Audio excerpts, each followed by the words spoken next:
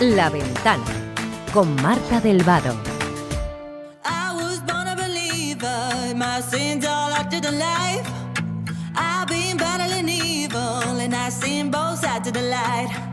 You say you gon' heal me and chase all my shadows away.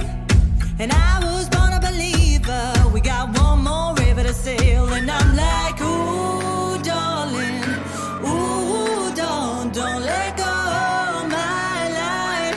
Can't control the tide and it's rising. Ooh. Son las 5 menos 20, las 4 menos 20 en Canarias. Estamos hoy tomando café con Matías Vallés y con Ana Iris Simón. La semana pasada hablamos con compañeros de emisoras sobre el precio de los alquileres en diferentes ciudades de España, porque ya por esta época pues hay mucha gente que empieza a buscar casa de cara a septiembre, ¿no?, al inicio del curso. Y ya os podéis imaginar, ninguna sorpresa, alquileres cada vez más caros y además por viviendas cada vez más pequeñas. Y para quienes quieran comprar, pues el panorama no pinta mucho mejor. De hecho, en lo que llevamos de año, la compra de viviendas se ha disparado un 23%. Y ahora, entre la inflación, que el Banco Central Europeo ha subido los tipos de interés por primera vez en 11 años, y el cúmulo de crisis que se van a agravar probablemente en otoño, yo no sé si esto de comprar va a ser difícil, muy difícil o directamente imposible. Así que vamos a preguntárselo al expresidente del Banco Hipotecario de España y miembro de Economistas frente a la crisis, Julio Rodríguez. Buenas tardes. Buenas tardes. Julio, ¿esta tendencia de incremento del precio de las viviendas va a seguir así los próximos meses? Bueno, es posible que en la segunda parte del año se pueden encontrar dos factores que frenen dicho crecimiento. Uno puede ser la posible desaceleración que registre la economía como consecuencia de toda la crisis global y las incertidumbres negativas que genera todo este cúmulo de circunstancias, guerra de Ucrania, pues una escasez de agua. Hoy leíamos que incluso en Alemania puede bajar la producción industrial como consecuencia de que los ríos no llevan cauce como para hacer el transporte de productos intermedios. Entonces esta desaceleración puede extenderse a España, pero no parece que pueda llegarse a una recesión. Más bien tendríamos una tasa de crecimiento más baja que en el primer semestre del año. Junto a ello, pues el Banco Central Europeo, con bastante tardanza respecto de la Reserva Federal de Estados Unidos, ha procedido a elevar los tipos de interés, lo cual lo hemos apreciado ya en el interbancario, que se ha puesto en promedio en el mes de junio en casi muy próximo al 1%, cuando en diciembre estaba todavía al menos 0,5%. Pero sin embargo los tipos de interés no han subido tanto. Hasta junio los datos revelaban que los tipos de interés han subido 4 décimas, mientras que el Euribor había subido en 1,5%, es decir, por ciento. Es decir, que estamos viendo como que es cierto que vivimos un contexto donde todo apunta a tipos de interés más elevados, pero los bancos, a pesar de la subida del Euribor, siguen moviéndose todavía por unos tipos de interés en torno al 2,5%. Posiblemente suban algo los tipos de interés de las hipotecas fijas, y también tratarán de buscar nuevos sustitutivos. Pero en conjunto yo creo que en la segunda parte del año esta aceleración de los precios que ha habido en el primer semestre y esta aceleración sobre todo de las ventas, que han sido espectaculares, como usted ha dicho, en el primer semestre han crecido un 23% sobre el mismo periodo del año anterior. Más del 80% de las ventas son de viviendas usadas, un 82%, un 18% son de viviendas nuevas. También hay otro factor que puede también contribuir a que los precios también bajen menos, y es que la nueva oferta está creciendo poco.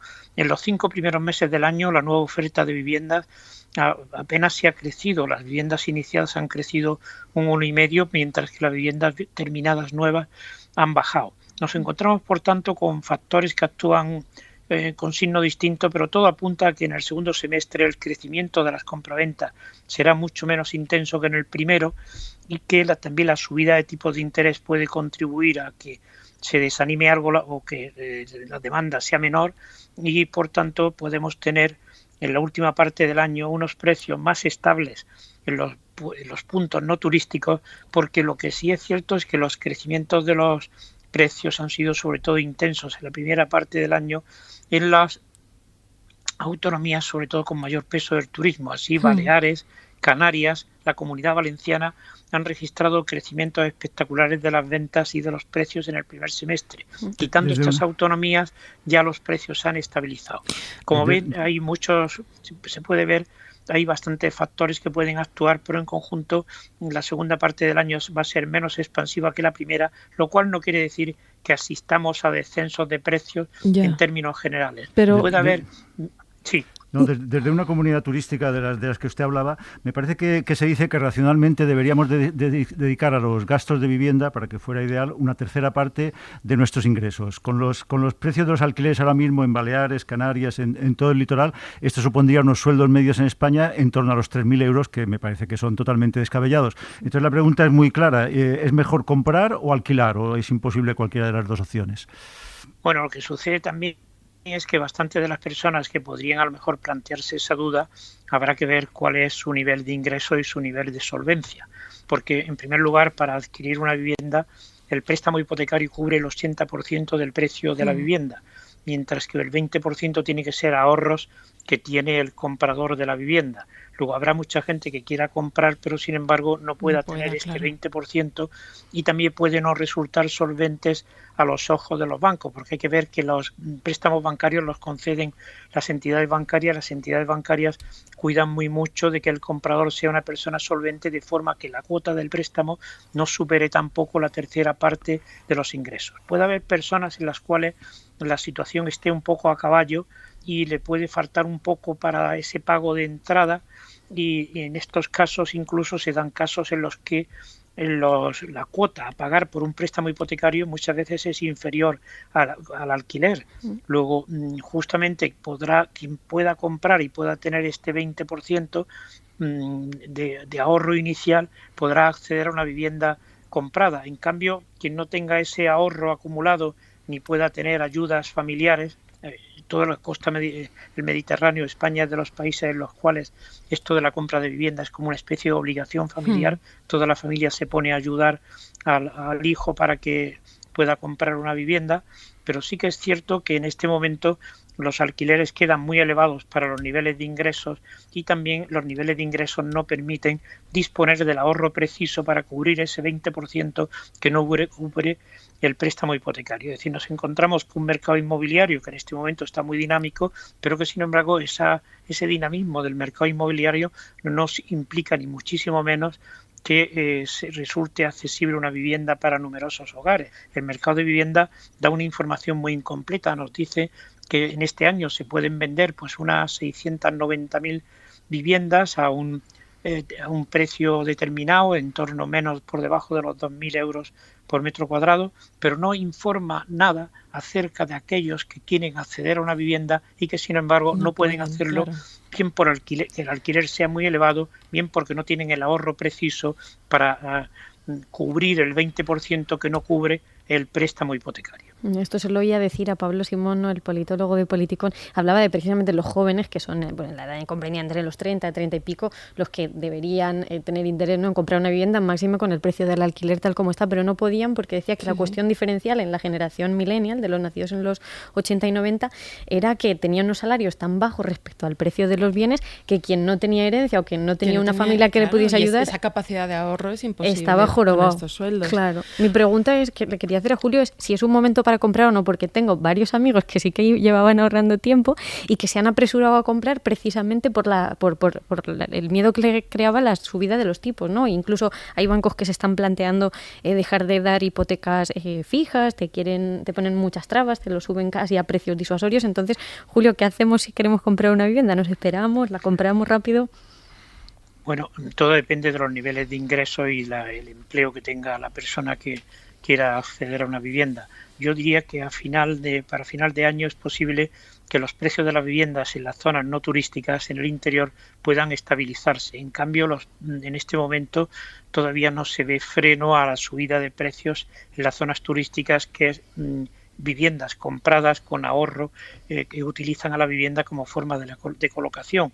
Una de las cosas que da lugar a que esto del acceso a la vivienda sea muy complicado es que hay muchos factores que dan lugar a que se compren vivienda, no solo para usarlas habitualmente, se compran viviendas como segunda residencia, se compran viviendas para después alquilarlas y rentabilizarlas, se compran viviendas para lavar dinero muchas veces, se compran viviendas sobre todo con fines de inversión, los extranjeros también compran vivienda, entonces esto da lugar a que la vivienda adquiera unos precios que la hace quedar muy lejano respecto de los ingresos. Posiblemente una característica de la última etapa de recuperación previa a la pandemia es que empezaba a recuperarse el mercado de vivienda, pero sin embargo los salarios, como consecuencia de la reforma laboral de los tiempos de Rajoy, que a lo mejor en aquel momento podía ser una medida necesaria, pero lo que sí es cierto es que esa reforma pues contribuyó a unos niveles salariales bastante reducidos, de forma que en este momento, antes se decía millennial, el que tenía mileurista, se decía que era alguien como muy marginado, en cambio ahora el mileurista tiene no que se dar considera gracias tan a Dios, marginado. ¿no? Claro, tiene que dar incluso gracias a Dios. Sí, entonces en este momento llevamos un periodo en el cual los salarios han crecido muy poco y sin embargo los precios de la vivienda, como consecuencia de que hay compradores de vivienda para los cuales el salario no significa nada, sino que tienen muchos ahorros, muchos ingresos. También los fondos de inversión compran viviendas también y son sobre todo inversores, entonces esto da lugar a que el precio se dispare y cada vez resulte más alejado del nivel de ingresos de los hogares. O sea, Julio, por resumir, si no es urgente, lo mejor es que nos esperemos hasta final de año para comprar una vivienda.